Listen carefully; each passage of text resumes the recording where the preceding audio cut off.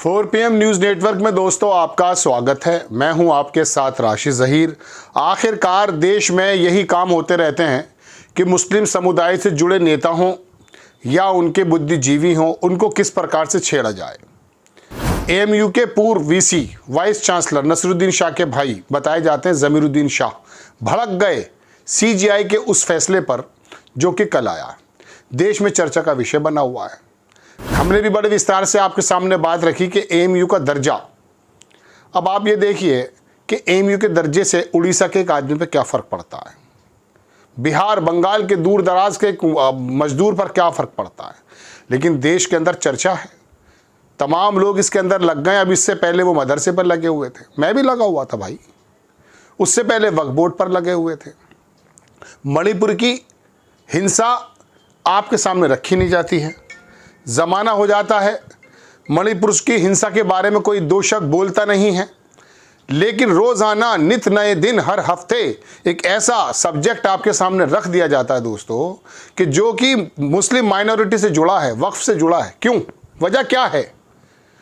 Election आते हैं तो बटेंगे कटेंगे। अरे भाई छोड़ दीजिए इन चीज़ों को, थोड़ा सा समझ लीजिए कि नसरुद्दीन शाह के भाई जो ये VC रहे ज़मीरुद्दीन शाह साहब, ये एक TV चैनल पर बोलते हुए थोड़ा भड़क इसलिए गए, भड़कना शब्द इस्तेमाल मैं कर रहा हूँ, कि उनका कहना यह है कि फैसला देने के बावजूद भी शरारत साफ नज़र आ रही है। ये मैं अपने शब्दों में बता रहा हूँ। आपने वो स्टेटस कि ये OBC का माइनॉरिटी का दर्जा इसको मिले ना मिले, हालांकि CGI ने साफ कर दिया कि माइनॉरिटी का दर्जा इस बात पर मुनहमिक है कि वो इदारा किसने बनाया है, who establish that particular institution. वो पता चला कि माइनॉरिटी के लोग थे, हिंदू मुस्लिम सब लोग मिलकर बना रहे थे।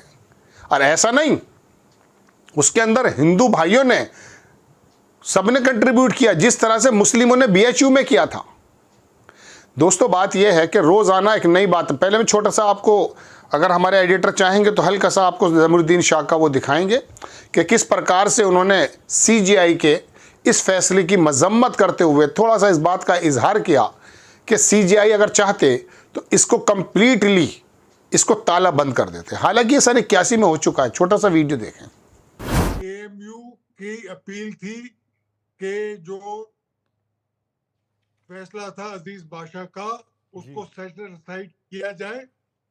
और आज जो है सुप्रीम कोर्ट की रूलिंग से वो सेट असाइड हुआ है। केस जो है 3 मेंबर बेंच डिसाइड करेगी। उनके वो गाइडलाइंस दिए गए हैं। देखे कि AMU माइनॉरिटी इंस्टीट्यूशन के जो रिक्वायरमेंट्स हैं वो पूरा करती है और नहीं। मुझे पूरा यकीन है कि AMU के पास सबूत है, रिकॉर्ड्स हैं, सब चीज है जो ये साबित कर देगी कि AMU जी जो है MAO कॉलेज था वो AMU बना, तो it was established by the Muslims of India. General Shah, और ये जीत नहीं है। ये भी आप वीडियो देख रहे हैं, मेरे बात करते करते भी चल रहा है साइड में। इसकी वजह क्या है, मैं आपको ये बताना चाहता हूँ दोस्तों कि जब इंदिरा गांधी की सरकार 81-80 के बाद आई तो बाकायदा एक कानून पास हो गया कि ये वाकई अदारा माइनॉरिटी का। फिर भी अदालतों में घसीटना और 20-20 साल लगा देना, इसकी क्या वजह है, क्या शरारत है? CGI आखिर चाहते क्या हैं? आखिर दिन है उनका, जा रहे हैं वो, कार्यकाल उनका ख़त्म हो गया लगभग। लेकिन बात यह है कि एक सवाल, एक जवाब, एक नज़ीर अगर ऐसी देकर चले जाते तो वो जो उनकी चिंता थी कि मुझे किस तरह से याद किया जाएगा, शायद बाबरी मस्जिद में आप चूक गए थे, शायद किसी और मामले में आप चूक गए थे। और मैंने कल एक डिबेट में एक बात कही कि उलझे हुए दामन को छुड़ाते नहीं झटका देकर, उलझे हुए दामन को छुड़ाते नहीं झटका देकर दफअतन, यानी कि अचानक, दफअतन तर्क के ताल्लुक में रुसवाई का डर है। अचानक उन्होंने झटका नहीं दिया, क्योंकि अगर तर्क ताल्लुक हो गए रिटायरमेंट के बाद केंद्र से, तो अब से पहले हम जो देख रहे हैं तमाम जजेस को जो फैसिलिटीज़ मिल रही हैं, पता नहीं क्या मिल जाए। ये भी शायद खबर में लेके आऊँगा आपके सामने।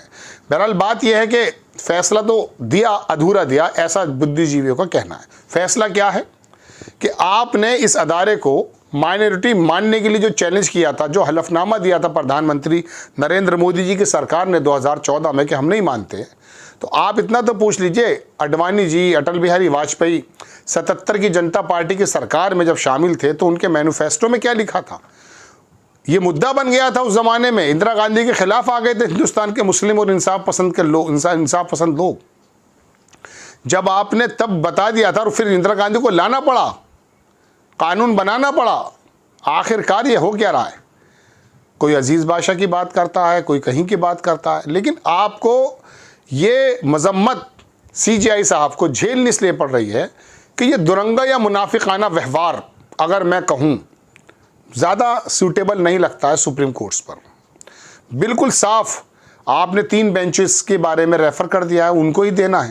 लेकिन आप ये बताइए, आपकी ओपिनियन मांगी गई थी, वो 19 बरस में आई है जनाबे वाला। अब ये 3 बेंचेस कितने दशक लेगी, कितना समय लेगी, आखिरकार क्यों टीज करना चाहते हैं। और एक के बाद दीगरे, यानी कि एक के बाद एक आपके तमाम वो इश्यूज सामने ही क्यों आ रहे हैं जिसमें जुड़ा हुआ मुस्लिम वर्ग है।